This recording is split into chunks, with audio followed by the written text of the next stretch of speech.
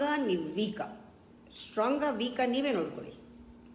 ನೀವು ಅಕಸ್ಮಾತ್ ಸ್ಟ್ರಾಂಗ್ ಆಗಿದ್ದರೆ ನಿಮಗೆ ಟೈಮ್ ವೇಸ್ಟ್ ಮಾಡ್ತಾ ಇದ್ದರೆ ನಾನು ಕಾಲಹರಣ ಮಾಡ್ತಾ ಇದ್ದೀನಿ ಅಂತ ಗೊತ್ತಾಗುತ್ತೆ. ನಂಬರ್ 1.